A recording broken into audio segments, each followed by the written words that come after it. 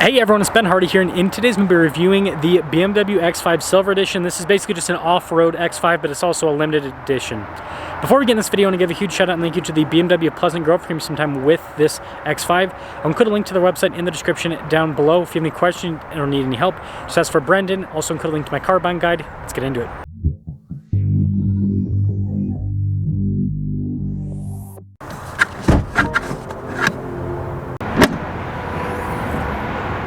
Under the hood, we have a turbo 3-liter inline-6 that goes through an 8-speed. Fuel economy is 23 around town and then 27 on the highway, with power outputs being 375 horsepower and then 398 pound-feet of torque. Before we move forward with this review, I do want to mention if you want to see more videos just like this, then I recommend you subscribe because I post content every single day. Now with the Silver Edition, it is pretty much a regular X5, at least from the initial appearance. Really like the metallic gray here. And of course the X5 has really cool headlights as well. Now you do get some underbody protection. I don't know if you guys can kind of see the little silver right there. It's not going to show up too well on camera, but that's one of the things with this being an off-roader is it does have a little bit of protection there. But yeah, the front end kind of looks normal X5, right? Now our tire wheel setup is 275 by 45 by 20 in the front and over in the rear. Now you can actually get all-terrain tires with this package. You can also get it with street tires. It's weird that BMW offers both of them on it. It's supposed to be an off-road package. You think they'd only offer all-terrains, but this one has the street tires.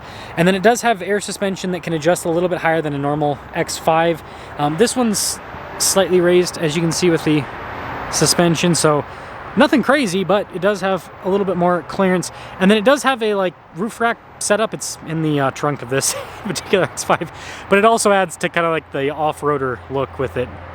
Now this leads us to the key fob. We have the BMW logo. We have our lock and unlock, the opening for the hatch as well. And this is the box that contains the roof stuff. You still get the lowering for the rear suspension. You still get the little tailgate here in the rear as well. Nice trim here on the top. See with the X logo, I think that's really nice. Cargo cover built in from the factory. And when you're all done, just press that and that will close everything up. Now look at the taillights here. Really cool looking with those. Got all the normal badges, and then of course we have our Silver Anniversary Edition badge there as well. That's the rest of the rear. And then popping inside, it's normal X5 interior. I mean, this one's very bright with the seat coloration. Yeah, there's nothing too crazy happening out back, and then up front, it's kind of more of the same. Going through this a little bit quicker because we've already reviewed an X5 on the channel. Do have blind spot monitoring with the mirrors. The mirrors also power fold in. Do get nice trim on these seats. I mean, these are pretty darn fancy. All of your adjustments and everything on the side. Steering wheel is also power adjustable. Quickly pop in here. Solid. Still the stop start right there. So you got the full digital gauge cluster, huge infotainment system, and for off-roading it does have a 360 camera system, which can kind of help out so you can self-spot a little bit. And then also you get the nice trim on the airbag cover too. Heads-up display as well. And then of course it says 25 years of X5, so you've got your Silver Anniversary Edition plaque there. And then notice we do have for off-road assistance there, and then for the air suspension as well. This is supposed to have a rear locking differential, but I'm not seeing the button. I'm wondering if it, because that's not doing that if I hold this down. I'll play with this and get back to you guys in a second. So when you do press this button, it automatically raises the suspension, so I guess that's our off-road mode. It probably automatically locks the rear differential. Check the window sticker and see if I can find out more. But anyways, nice trim all across the dash, and then we do have a big sunroof up top too. I mean, that definitely sits a bit higher than a regular X5, and let's try to see this window sticker here. Okay, so X5 off-road package, which is $10,000 by the way. So 2-axle air suspension, roof rails, remote start, M Sport differential. Okay, so that sounds like an automatic system for the rear locker with that, rather than something that you, so I'm guessing you go in the off-road mode and it automatically locks that. But anyways, $81,075 is the total MSRP on this special edition. Let's see how it performs. Well, let us set off in this off-road X5. And I do think that this segment of luxury off-roaders is something that could grow in the future. We'll talk about it towards the end of the video. But I will say with this particular car, BMW did, you know, I would say overall a pretty good job with this setup. I mean, you'll see how it drives. But I do think that they could have, I don't know, done a little bit more with it to make it kind of more off-roady. The biggest thing would be just smallest possible wheel, biggest possible tire. And just, I don't know why the all-terrain tires aren't standard. I think that's kind of strange. I could understand if this was like a high production car in terms of like this package, that yeah, give people the option, because some people just want the off-road looks but don't really want the capability because they're not going to take it off-road. But for being a special edition, they should have just had it be uniform across the lineup. That's my thoughts on that. But it drives like a normal X5. Let's pop it in comfort mode.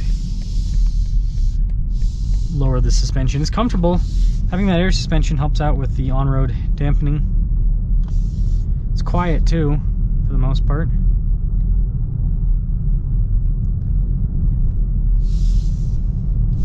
And the inline 6 has great power. It's quiet, smooth torque wave. And the suspensions, the dampening on this is solid. You feel like you're in control of the car,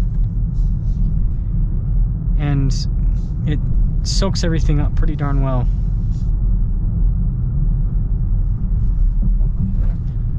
Yeah, not too bad. Be interested to see how this would do on like a gravel road, because I mean, that's, if anyone actually takes this off-road, that's probably all they would do, but it'd be pretty comfortable. Only thing to worry about is just the lack of sidewall with this setup. So, find a place to turn around here, but with this off-road X5, like I said, those are the things I would change on it earlier in the video.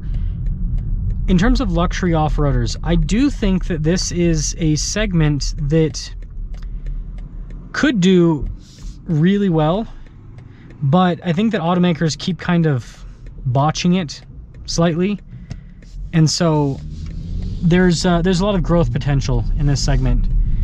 So here's what we have right now in the luxury off-roader segment. You could kind of put like the new Lexus GX 550 in the segment now. That's the luxury off-roader, the Lexus LX. And then you've got the Mercedes G-Wagon. This technically is in that segment, and then, you know, Land Rover Defender.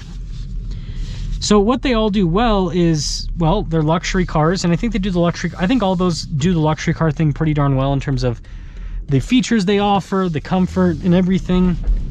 The off-roading is where they somewhat fall apart. So G-Wagon, super capable off-road. The problem is ungodly expensive, so it's like nobody's ever going to take one of those off-road. People wait till they're like 10 years old before they take them off-road.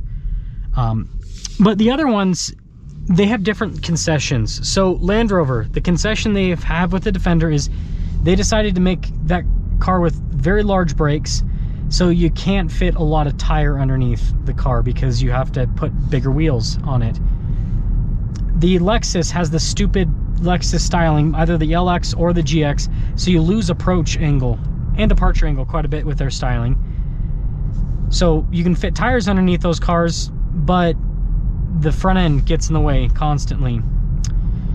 And so I think you guys get what I'm probably mentioning here is there is, I think, huge opportunity for automakers to do a luxury off-roader well, and I think Toyota with the Land Cruiser did the best job, because if you look at a Land Cruiser, it's the same as the LX, except it has much better approach and departure angles because of how the bodywork is shaped. So I do think there's quite a bit that automakers could do with this segment. They just need to make some tweaks. And so like with this X5, what I would say for BMW is smallest possible wheel, biggest possible tire, and make all-terrain tires standard, and that would be the way to kind of set it up. Let me know your thoughts on this 25th anniversary edition, and let me know what you guys think about luxury off-roaders. Do you think that luxury off-roaders make sense, or do you think that they are senseless?